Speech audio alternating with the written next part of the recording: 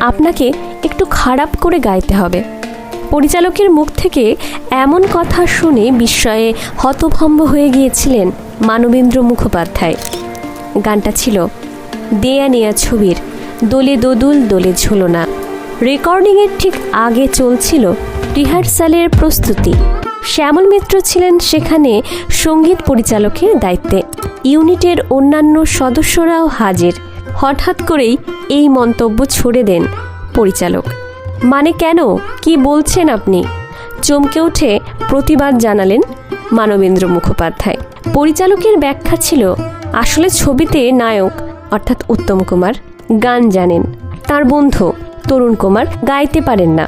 গল্পে এমনই বলা আছে, নায়কের গানটা শ্যামলবাবুর, আপনি গাইছেন বন্ধুর লিপে, অর্থাৎ যার গলায় গান তিনি দক্ষ সঙ্গীত শিল্পী হলেও ছবির গল্প অনুযায়ী ঠোঁটে যার মিলবে সেই গলা তিনি একেবারেই গাইতে জানেন না। সেই জন্যই মানবেন্দ্র মুখোপাধ্যায়কে অনুরোধ করা হয়েছিল একটু খারাপ করে গাইতে। এই প্রস্তাবে সোজাসুজি অস্বীকৃতি জানিয়ে ফেলেন তিনি। তা বলে খারাপ করে গাইতে হবে? তাহলে আমাকে ডেকেছেন কেন? আমায় বরং ছেড়ে দিন।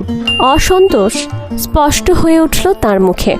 এমনকি চেয়ার থেকে উঠে পড়ার জন্য উদ্যত হলেন তিনি। ঠিক সেই সময়ে ঘরে এলেন উত্তম কুমার। এতক্ষণ তিনি পাশের কন্ট্রোল রুমে বসে সবকিছু শুনছিলেন। ঘরে ঢুকেই বললেন, মানব তুই উঠিস না। উত্তম কুমার ঠিক বুঝেছিলেন মানবেন্দ্র মুখোপাধ্যায়ের মনোভাব।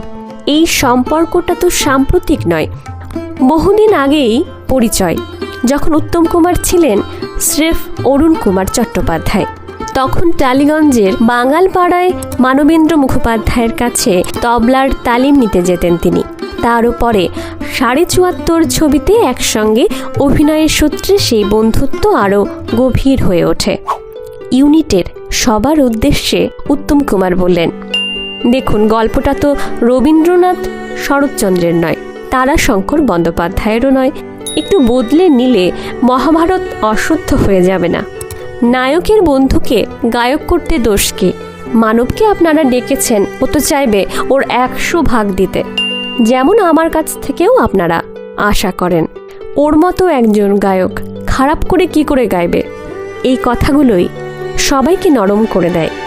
ভাগ্যে উত্তম কুমার উপস্থিত ছিলেন, নইলে বাংলা ছবির ইতিহাসে অন্যতম এক শ্রেষ্ঠ দ্বৈত গান দোলে দোদুল দোলে ঝুলনা জন্মই নিত না হয়তো।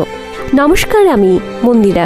ভিডিওটি ভালো লাগলে লাইক, শেয়ার, সাবস্ক্রাইব করতে ভুলবেন না।